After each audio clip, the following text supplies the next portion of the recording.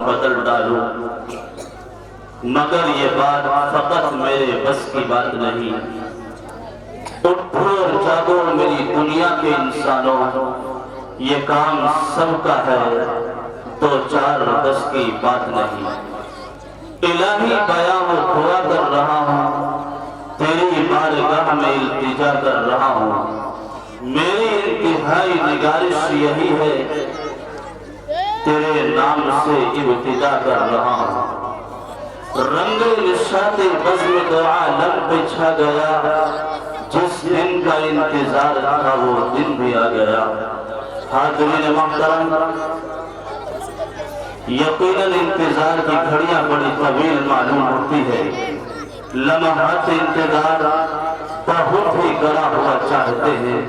مشہور مقولہ ہے الانتظار اشد من الموت، مگر اب بحمداللہ ہمارا اشتیاق و انتظار عرصہ وصل سے ہم آغوش ہے کہ جن مبارک ساعت و لمحات کے ہم بے صبری سے مشتاق و منتظر تھے، وہ اپنی تمام تر رنگینیوں اور جلوہ باری و سمیت سایہ فگن ہے۔ ایسا کیوں ہے؟ وجہ ظاہر ہے کہ عاشق محتم بشار اجلاس عظیم الشان پروگرام اپنی تمام تر رونائیوں کے ساتھ منعقد ہو رہا ہے۔ مدرسہ حضرت ناظم اعلیٰ اور آج کے اس خوبصورت پروگرام کے روح رواں حضرت اقدس مفتی عبدالمقتدر صاحب دامت برکاتہ مبارک بادی کے مستحق ہیں۔ جس وقت میں نے یہاں گاڑی سے اتر کر کے مدرسے کے اندر قدم رکھا، بچوں کے پروگرام کو سن کر کے دل باغ باغ ہو گیا۔ خوشی کی لہریں دلوں کے اندر دوڑ رہی تھی اور یہ محسوس ہو رہا تھا کہ مدرسہ صرف اور صرف تعمیری اعتبار سے ہی تبدیلی حالات میں نہیں ہے، بلکہ جو تعلیم یہاں دی جا رہی ہے، ان کے اساتذہ کی محنتیں، ان کے اساتذہ کی کاوشیں، ان بچوں کے قرآن کریم، نعتیہ کلام اور تقاریر کو سن کر بخوبی معلوم ہو رہی تھی کہ واقعی اساتذہ اخلاص کے ساتھ کام کر رہے ہیں۔ ساتھ ہی ساتھ میں مبارکبادی پیش کروں گا اس مدرسے کے تمام تر اراکین حضرات کو، جن کی توجہات اس مدرسے کی جانب رہتی ہے اور وقت بر وقت مدرسے کا ہے۔ کوئی بھی جلسہ، کوئی بھی کانفرنس، کوئی بھی انجمن کسی نہ کسی عظیم شخصیت کے زیر صدارت ہوا چاہتی ہے تاکہ ان کے سائے عاطفت میں اجلاس بحسن خوبی اختتام تبدیل ہو سکے۔ تو میری مراد اس عظیم شخصیت کی جانب ہے کہ جن کے دست تربیت نے ہزاروں سنگ ریزوں کو تراش خراش کر گھیرا اور بے شمار ذروں کو رشک آفتاب بنایا ہے، جن کی تعلیموں اور تدریسی سرگرمیوں کا ایک عالم مختلف رہا ہے۔ ایک پتھر کی بھی تقدیر سنور سکتی ہے، شرط اتنی ہے کہ اسے سلیقے سے سنوارا جائے۔ میری مراد منبع علم و حکمت، سر چشمہ اخلاق و مربت، ذل علم والمرتبت، عارف باللہ حضرت، چونکہ مناسب ہے کہ سب سے پہلے تحریک صدارت ہو، معاً احباب کی جانب سے تائید صدارت۔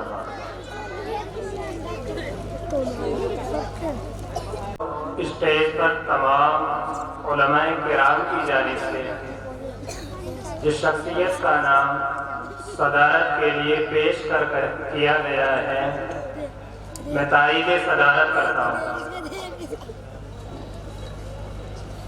چمن کے ہر شگفتہ گل سے جیسے پیار فرما رہے ہیں مصلح قوم حضرت اقدس مولانا محمد عرفان صاحب دامت برکاتہ، اور سیر قیادت آج کا یہ خوبصورت پروگرام ہو رہا ہے استاد الاساتذہ امام النحو حضرت اقدس مولانا انوار احمد صاحب دامت برکاتہ، محتمی مدرسہ مدینہ علوم نگینہ۔ اسی طرح آج کئی خوبصورت پروگرام زیر حمایت منعقد ہو رہا ہے۔ استاد المحترم فصیح اللسان حضرت اقدس مفتی رئیس احمد صاحب قاسمی، استاد مدرسہ قاسم علوم رمپورہ۔ آئیے سامعین، قرآن مقدس کی تلاوت سے جلسے کا باضابطہ طور پر آغاز کر لیں کہ جس قرآن کریم کو اللہ نے اپنے حبیب محمد صلی اللہ علیہ وسلم پر نازل فرمایا، جس کا ہر لفظ مبارک، ہر سکون دل آویز، ہر حرکت دلکش، ہر آیت لاجواب، ہر رکوع بے مثال ہوا چاہتا ہے۔ انتہائی احترام کے ساتھ گزارش کر رہا ہوں اس قاری سے جو فن تجوید کا کہنہ مشاق ہے، جو اپنی زبان کی حلاوت لہجے کے سوز و گداز سے کانوں میں رس کھول دیا کرتا ہے، آنکھوں کو آپ دیدہ، روحوں کو مست کر دیا کرتا ہے۔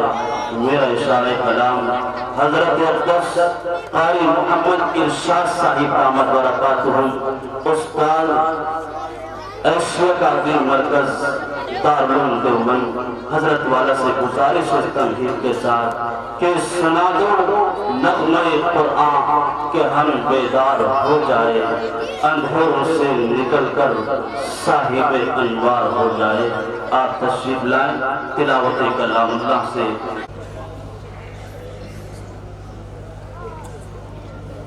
عزیز بھائیوں،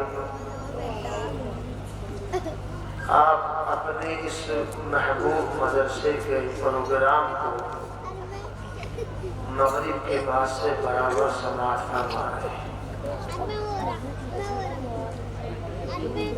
اور خوش قسمتی ہماری اور آپ کی یہ ہے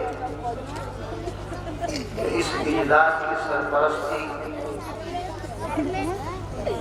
علاقے کے معزز بزرگ جو بڑے بڑے استادوں کے استاد ہیں، حضرت مولانا انوار صاحب، ان کی سرپرستی میں یہ اجلاس منعقد ہو رہا ہے۔ یہ دینی پروگرام ہے، دینی محفل ہے، اس لیے میں اپنے بھائیوں سے یہ عرض کروں گا کہ جو یہاں تشریف فرما ہے وہ اپنے سروں کو ڈھانپ دیں، سر پہ ٹوپی اوڑھ لیں، رومال چادر ہے، ننگے سر نہ بیٹھیں، یہ دینی جلسہ ہے۔ اور جو میرے بھائی سامنے بیٹھے ہوئے یا کھڑے ہیں نوجوان میرے، یہ پنڈال انہی کے لیے بنایا گیا ہے۔ اگر میری آواز ان تک جا رہی ہے تو درخواست کر رہا ہوں کہ آپ آگے تشریف لے آئیں، بیٹھ جائیں، اور مدرسے کے ذمہ دار حضرات جو ہیں وہ ان بچوں کو ایک طرف کر دیں۔ ابھی پروگرام شروع ہو رہا ہے، بعد میں پریشانی، ان بچوں کو ادھر کر دیں، ہمارے بھائی ادھر آ گئے، یہ بچے شور برابر کرتے رہیں گے، تھوڑی دیر میں سو جائیں گے۔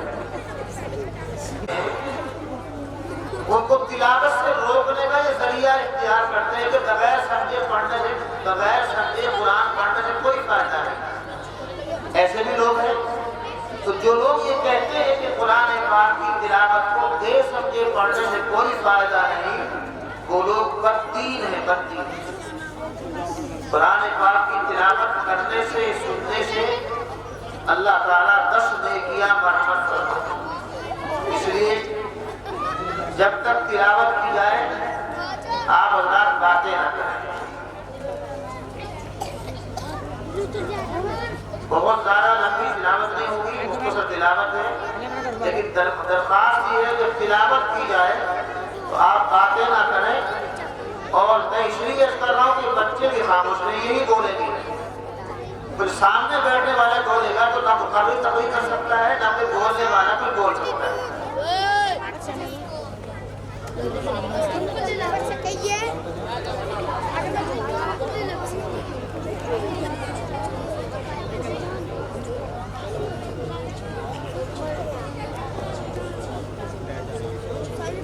أعوذ بالله من الشيطان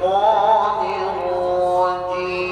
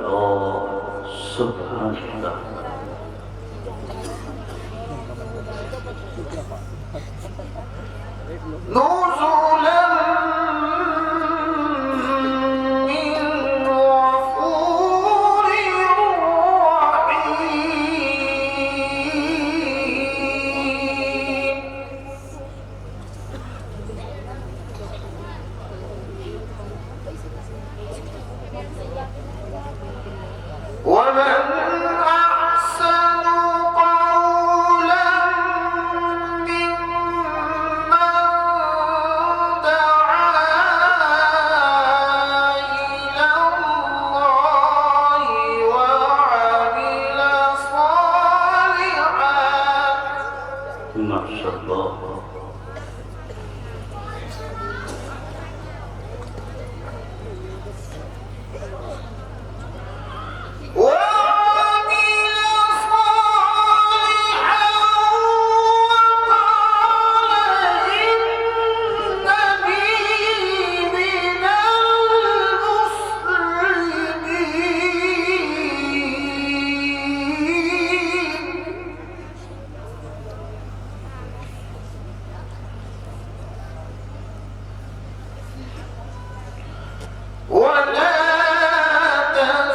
تستوي الحسنة ولا السيئة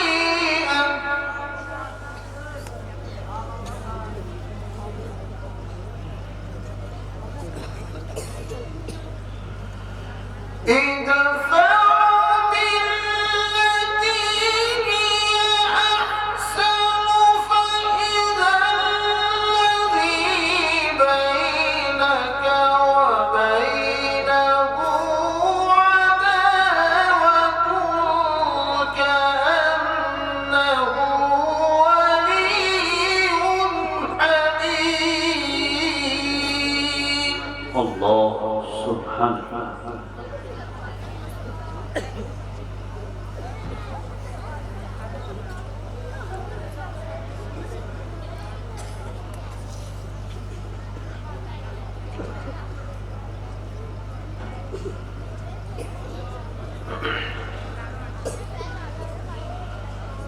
فإذا الذي بينك وبينه عداوة كأنه ولي حميم. حياك الله أكرمك الله. وما يلقاها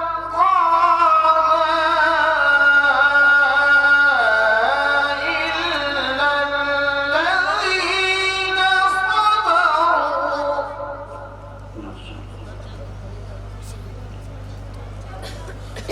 وما يلقاها إلا ذو حظ عظيم.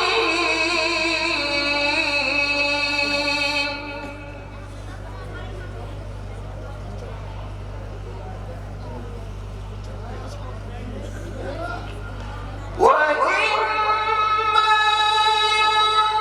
ينزغنك من الشيطان نزغ فاستعذ بالله إنه هو السميع العليم. ما شاء الله.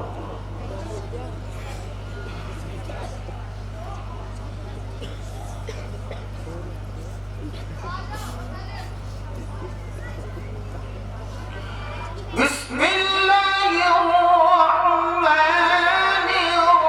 الرحيم. إذا زلزلت الأرض زلزالها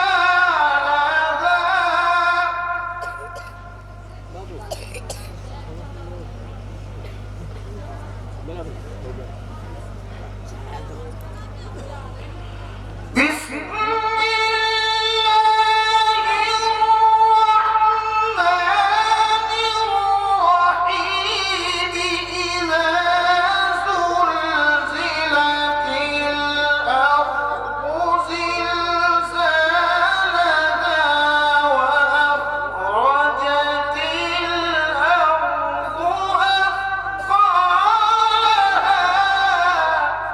माशाअल्लाह बहुत अच्छे खालसा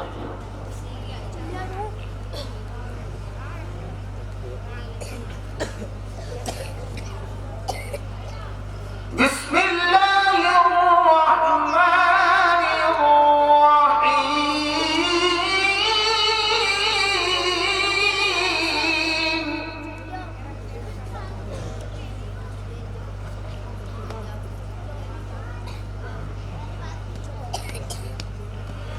إذا